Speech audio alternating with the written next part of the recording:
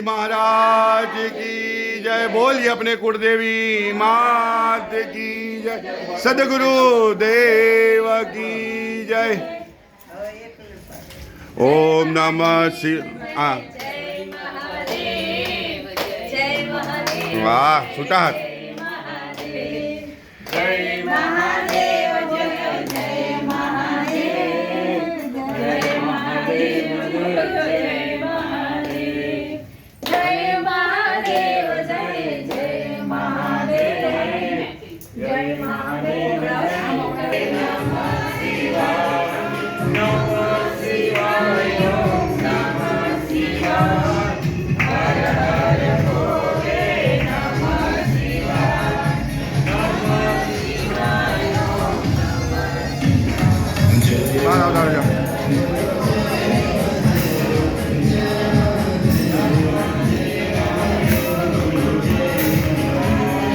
जय महादेव बोलो,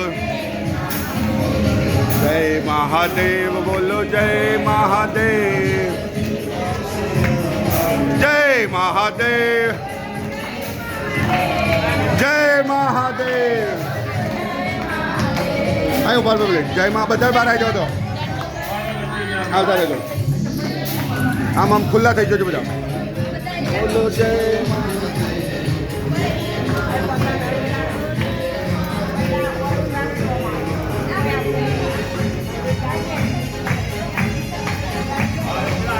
एक मिनट उभा, एक मिनट। ओए बापू बोले, बापू बोले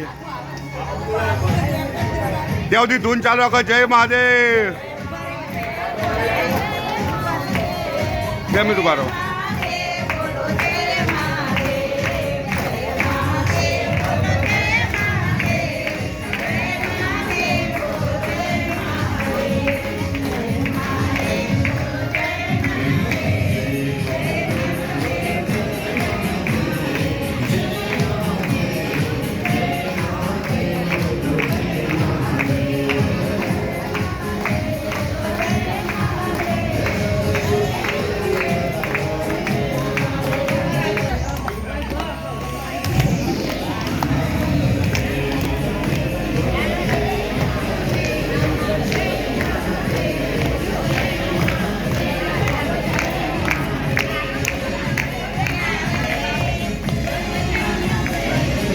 અહીં થોડું રમવાનું છે।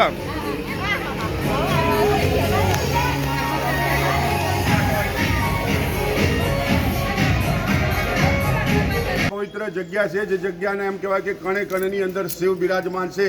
તો અને આ આશ્રમનું નામ છે કૈલાસ મઠ। આપણે કોઈ હોટલમાં કોઈ ધર્મશાળામાં નથી રોકાયા, આપણે કૈલાસ મઠમાં રોકાયા છે। જે આખા વારાણસીની અંદર જેટલા પણ મઠ છે બધા મઠોની સ્થાપના શંકરાચાર્ય મહારાજજીએ કરી છે। શંકરાચાર્ય મહારાજજી એટલે સ્વયં શિવનો અવતાર। તો આ જે જગ્યા, આ જે ભૂમિ છે, જગ્યા છે મહાદેવની, અને મહાદેવના ખોળામાં આપણે બધા અત્યારે બેઠા છીએ। મહાદેવના ખોળાની અંદર આપણે 10 દિવસ વિતાવવાના છે અને મહાદેવજીના આશીર્વાદ લઈ, આપણા કુળદેવીના આશીર્વાદ લઈ આપણે બધાએ આ જગ્યા ઉપર શિવ મહાપુરાણ કથાનું ગાન અને રસપાન સુંદર ધામ પરિવાર આયોજિત ભારતી બાપુના વ્યાસ આસને ગાવાનું છે। તમે બધા આપણા સુંદરધામ પરિવારના સભ્યો છો। અહીંયાથી આપણે માતાજીનું મંદિર છે, હનુમાનજી મહારાજનું મંદિર છે, ત્યાં પોથી લઈ જવાની છે। ત્યાંથી આપણે કાશી વિશ્વનાથ મહાદેવના સાનિધ્યની અંદર પોથી લાવવાની છે। અને ગુજરાતીને કહેવાય કે ગરબા વગર ચાલે નહીં। છેલ્લે 5 ગરબા માતાજીના નામના અહીંયા ગઈ પછી આપણે પોથીજીની અંદર લઈ જવાના છે। આજે જેમને પોતાના મસ્તક ઉપર પોથી મૂકવાનું સૌભાગ્ય લીધું છે, કારણ કે કોઈ પણ ગ્રંથ હોય જે આપણે બધાને ખબર છે, ભાગવત કથા, રામકથા, શિવકથા અને દેવી ભાગવત કથા, એ ફક્ત ગ્રંથ નથી, એની અંદર સ્વયં ભગવાન બિરાજમાન છે। તેવા ભગવાન આ જગ્યા ઉપર અત્યારે મહાદેવજી પોથીના સ્વરૂપમાં બિરાજમાન છે। અને મારા વીણાબેન પંડ્યા પરિવાર સુંદર મજાની આજે પોથીજીને પોતાના મસ્તક ઉપર લઈ આ પોથી યાત્રાના મુખ્ય યજમાન બન્યા છે। તો એકવાર જોરદાર તાળી આપણે પંડ્યા પરિવાર માટે પાડીએ। અને બાપુ આપણી વચ્ચે આવે છે। ભૂપેન્દ્રભાઈને વિનંતી કરું કે ભગવાનનું નામ લેતા લેતા જેને જે ભજન આવડે ગાજો, જે ધૂન આવડે ગાજો, ગાતા ગાતા ભગવાનના સાનિધ્યની અંદર જવાનું છે। કોઈ અહીંયા બેસી નથી રહેવાનું।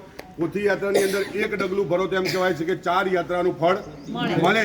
તો આપણે ફળ લેવા માટે અહીંયા આવ્યા છે। એટલે કોઈ પુરુષ, ભાઈ, બહેન કોઈ બેસી ના રહેતા। પોથી યાત્રા બહુ નજીક છે। નજીક જઈ ભગવાનના સાનિધ્યની અંદર જઈ પાછા આવવાનું છે। તો દરેકને હા ભગવાનને પોથી ચાલુ કરી અને અહીંયાથી આપણે પોથીજીને લઈ જવાનું। ભાઈઓ મારા બધા જ જોડે રહેજો। બોલો હર હર મહાદેવ। જવા દો, ભગવાનનું નામ જેને જેવું આવડતું હોય એવું ભગવાન થોડું જવા દે.